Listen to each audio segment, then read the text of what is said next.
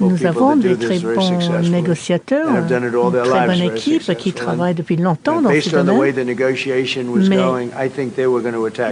de mon point de vue et selon l'avancement des négociations, moi j'ai compris que l'Iran allait attaquer d'abord.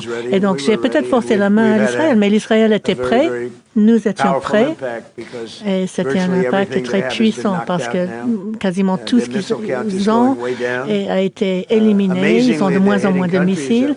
Ils continuent à frapper les pays neutres, en fait.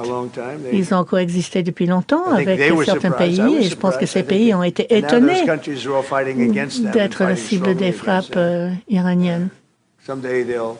Je pense qu'un jour, nous saurons pourquoi ils ont frappé ces pays qui n'ont rien à voir.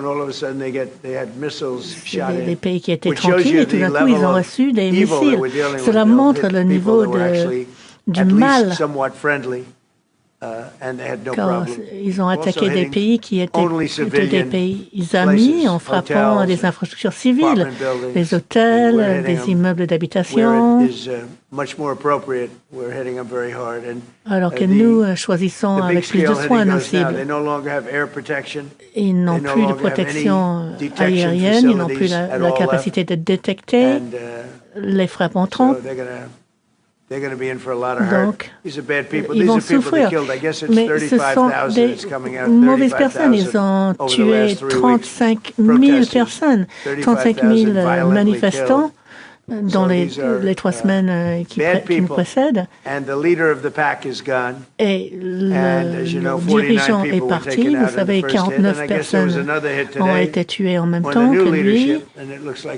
Et il y a eu d'autres personnes qui ont été tuées aujourd'hui, des personnes qui auraient pu prendre la succession. Et beaucoup de personnes souhaitent ou vont demander l'immunité. Ils vont certainement déposer leurs armes, on verra bien. Mais nous allons continuer à avancer. Notre force militaire est la première au monde, de loin.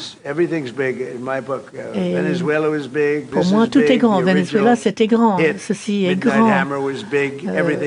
Le marteau de minuit, c'était